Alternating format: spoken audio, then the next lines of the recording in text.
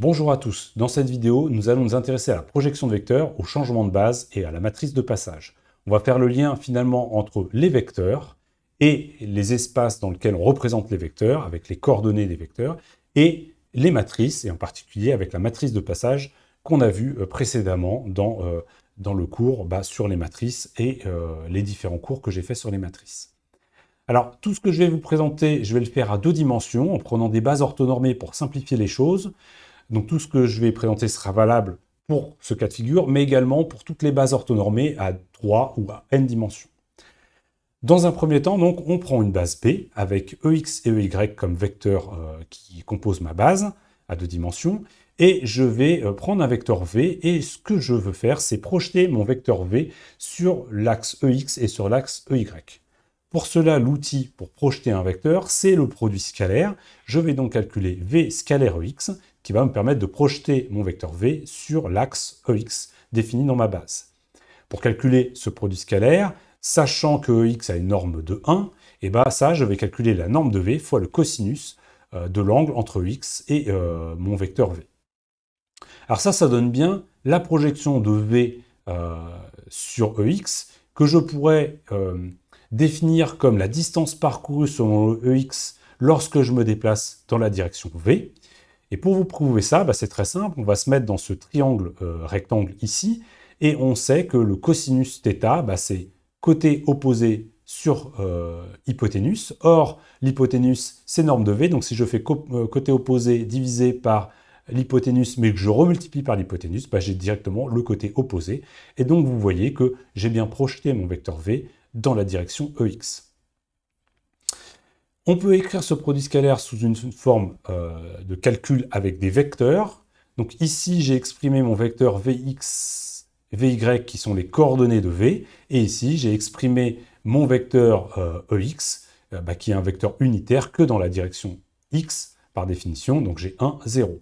Et si je calcule le produit scalaire entre les deux, je vais avoir ça fois ça plus ça fois ça.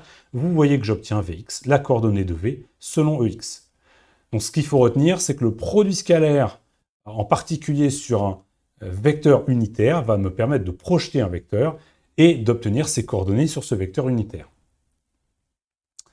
On peut généraliser la chose en prenant un vecteur U normé quelconque, donc j'ai représenté ça par le petit vecteur U qui est ici, j'ai gardé mon vecteur V ici. Si je calcule V scalaire U, je vais faire Vx, Vy scalaire Ux, Uy, et ça va me donner ça fois ça plus ça fois ça, et je vais obtenir la distance que vous voyez ici en rouge, qui correspond finalement à la coordonnée de V selon le vecteur U qui est unitaire.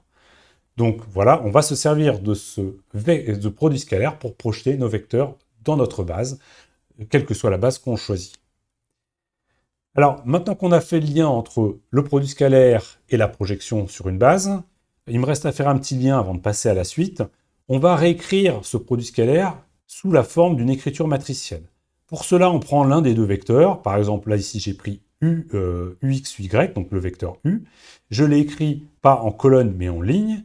Et vous voyez que si je fais donc ce vecteur en ligne fois ce vecteur en colonne, avec une multiplication de matrice, j'obtiens effectivement mon produit scalaire, puisque je vais faire ça fois ça, plus ça fois ça. Ça me donne bien ici, au niveau de l'étoile, le produit scalaire entre U et V. Alors bien sûr, je pouvais mettre U et V comme je voulais, mais il faut que j'en mette un en ligne et un en colonne pour pouvoir faire mon produit scalaire. Voilà l'écriture matricielle d'un produit scalaire. Une ligne multipliée par une colonne. Quelle que soit d'ailleurs la taille de le nombre de colonnes dans ma ligne et le nombre de lignes dans ma colonne, il faut que ça corresponde, bien évidemment, mais par contre, je peux faire une ligne de 3 avec une colonne de 3 et j'aurai un produit vectoriel à 3 dimensions, avec un vecteur, en fait, avec des vecteurs à 3 dimensions. Alors maintenant qu'on a fait le lien avec entre notre produit scalaire et notre multiplication de matrice, on va venir au changement de base. Donc pour faire un changement de base, on va déjà définir deux bases. La première base, c'est celle que j'avais avant, Ex, Ey, qui forme B, et je vais créer une base Ex', Ey' qui va former B'. Pour l'illustration, je les ai mis ici en violet. Une base, dans les deux cas, on va prendre des bases orthonormées pour simplifier les choses. On peut généraliser beaucoup de choses de ce que je vais dire à des bases non orthonormées, mais en physique en particulier, on utilise tout le temps des bases orthonormées. Et ne pas utiliser des bases orthonormées, c'est en règle générale compliquer les choses, donc on va rester ici dans un cadre où on fait des bases orthonormées. Alors maintenant, je peux écrire mes vecteurs EX' et EY' dans ma base B. Donc ça, pour ce faire, je vais prendre les coordonnées de EX' et EY', je les note UX, UY, UX', UY'. Faites attention, j'ai choisi une notation un peu compliquée, mais elle sera toujours visible sur ce que vous allez voir, donc pas d'affolement. Ici, on note bien que X et Y, c'est les coordonnées de EX', et c'est surtout ça qui va nous servir. Ensuite, ce qui se passe sur E', Y, c'est la même chose, donc tout va bien. Donc ce qu'on va faire, c'est qu'on va se prendre notre vecteur V et on va calculer la coordonnée de V selon EX'. Pour cela, on va prendre le produit scalaire V scalaire EX'.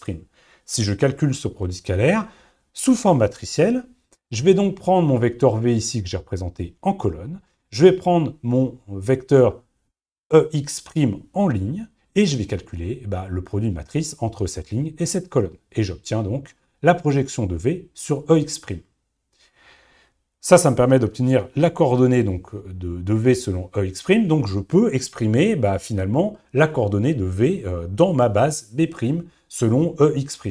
Je vais faire la même chose selon EY' en faisant V scalaire EY', et pour cela, je vais prendre toujours le même vecteur en colonne, mais par contre, je vais prendre la ligne qui correspond au vecteur EY' que je vais écrire ici. Donc UX', UY'. Et donc ça, ici, je vais obtenir, en faisant ça fois ça, je vais obtenir les coordonnées de V selon EY'. Donc finalement, les coordonnées dans ma base B'. Donc ici, vous avez la coordonnée dans la base, les coordonnées de V dans la base B'. Mais si on regarde un petit peu ce qu'on a fabriqué ici, finalement ici j'ai une ligne et une autre ligne, ça forme une matrice. Et cette matrice, ça s'appelle la matrice de passage, qui me permet de passer de B vers B'. Et voilà, vous savez construire une matrice de passage entre deux bases orthonormées. Alors, je récapitule. Si on a deux bases orthonormées, on connaît les vecteurs de ma deuxième base exprimés dans ma première base. Donc on connaît les coordonnées de EX' et EY', donc de ma base B' dans la base B. Et je peux créer une matrice de passage qui me permettra d'aller de B vers B' en prenant sur une ligne le vecteur EX' et sur la deuxième ligne le vecteur EY'. Donc en gros, ma matrice elle est composée des coordonnées des vecteurs en ligne. Et ça c'est valable à 1, 2, 3, n dimensions. Naturellement, vos matrices vont devenir de plus en plus grosses, mais ce sera toujours des matrices carrées. Une fois qu'on a ça, on a la matrice pour passer de B vers B'. Moi, j'aimerais bien aussi avoir la matrice pour passer de B' vers B. Rien de plus simple, on veut cette matrice, rien de plus simple, ce qu'on va faire, c'est qu'on va faire une transformation qui va me permettre de faire l'inverse pour passer de B' vers B. Donc on va calculer l'inverse de la matrice précédente. Alors c'est facile à voir que c'est l'inverse de la matrice précédente. Pourquoi? Parce que si je passe de B à B' et qu'après j'applique B' à B, je ne change rien. Donc la matrice de B' vers B doit être l'inverse de la matrice de B vers B'. Donc si j'ai noté M, la matrice de passage de B vers B', la matrice de passage B' vers B que j'appelle P, c'est égal à M-1. Et donc M est égal à P-1. En règle générale, pour les matrices de passage, on les note P, et donc je vais surtout la noter P par la suite. Et donc cette matrice, c'est l'inverse de la matrice précédente. Alors, on a en plus quelque chose de très simple à calculer, on en avait parlé lors de la vidéo précédente. Comme ici, on a finalement des vecteurs qui sont normés en ligne, on a donc une matrice constituée de vecteurs normés. Pour calculer l'inverse de ma matrice, il suffit que je calcule la transposée de ma matrice. Donc en plus, calculer l'inverse de M, c'est très simple, on va juste transposer la matrice M. Or, transposer la matrice où on a mis en ligne les vecteurs, ça revient à les mettre en colonne, puisque vous allez faire une symétrie par rapport à la diagonale. Donc finalement, la matrice de passage de B' vers B, c'est la matrice que je vais noter P, et qui est constituée des vecteurs, des coordonnées des vecteurs exprimées sous forme de colonne.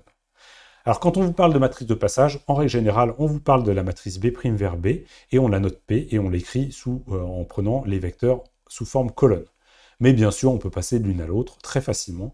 Mais faites attention, passer de l'une à l'autre très facilement, il faut naturellement avoir des vecteurs normés. Si ce ne sont pas des vecteurs normés, eh ben, il faut vraiment calculer l'inverse. Il y a un coefficient qui apparaît, et donc il ne faut pas se tromper. Voilà, donc faites-le proprement. Voilà, donc maintenant qu'on a vu comment on crée notre matrice de passage, on va faire un petit exemple, un exemple très très simple, histoire d'illustrer les choses. Donc ici, j'ai pris un exemple vraiment très très simple. J'ai donc une base B qui est la base ici en vert, la base B' qui est ici. En fait, j'ai fait une petite rotation de 45 degrés. Et donc, j'ai créé un vecteur EX' qui est parfaitement sur la bissectrice, si je ne dis pas de bêtises, entre EX et EY. Donc, je me déplace autant en X qu'en Y sur cet axe. Et donc, pour faire un vecteur normé, il faut que je fasse 1 sur racine de 2 et 1 sur racine de 2 pour faire un vecteur normé avec une norme donc de 1. Ça, c'est facile à voir. Si vous mettez ça au carré plus ça au carré, ça fait 1,5 plus 1,5, ça fait bien 1. Mon vecteur EX' est bien de norme 1. Et si je tourne ce vecteur-là de 45 degrés, j'obtiens un vecteur où on va se déplacer d'une certaine quantité vers le haut et de la même quantité, mais négativement, sur l'axe des x, donc de la même façon, ça va me donner un moins 1 sur racine de 2, 1 sur racine de 2, et là on voit bien qu'on a un vecteur de norme 1. Donc ça, j'ai exprimé mes vecteurs qui composent ma base B' dans la base B. Une fois que j'ai ça, je peux créer mes deux matrices de passage, la matrice P qui me permet de passer de B' vers B, et ma matrice P-1 qui va me permettre de passer de B vers B'. Ici, en ligne et ici en colonne. Une fois que j'ai fait ça, on va se prendre un vecteur. J'ai fait exprès de prendre un vecteur très simple pour qu'on puisse comprendre le résultat. Donc le vecteur que j'ai choisi, c'est le vecteur V que vous voyez ici. Ce vecteur V, il est collinéaire à EX'.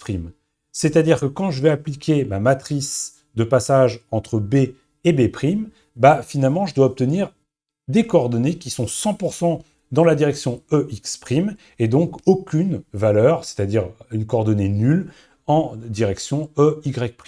Ça nous permettra de vérifier que ça a bien marché. Alors pour créer ce vecteur-là, ce qu'il faut s'apercevoir, c'est que pour rester sur cette direction, il faut que je me déplace autant en X qu'en Y.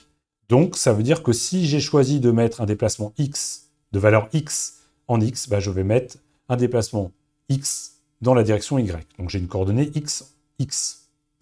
Ici, j'ai pris une notation vectorielle, et pas sous forme, matricielle et pas vectorielle, comme vous pouvez le voir, puisque après, je vais faire des produits de matrices.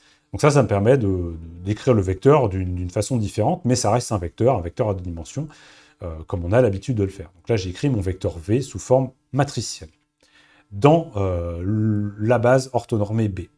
Maintenant, ce que je fais, c'est que je vais appliquer ma transformation. Donc, pour calculer les nouvelles coordonnées de mon vecteur dans B', je vais appliquer ma matrice P-1 à V. Donc, je vais faire P-1V, le produit matriciel. Et donc, j'écris ma matrice P-1 ici, mon vecteur V ici, et je fais ce qu'on a vu ensemble, le produit matriciel. Ça fois ça, plus ça fois ça. Donc, vous voyez que ça fait deux fois la même chose. Donc, je vais obtenir 2x sur racine de 2.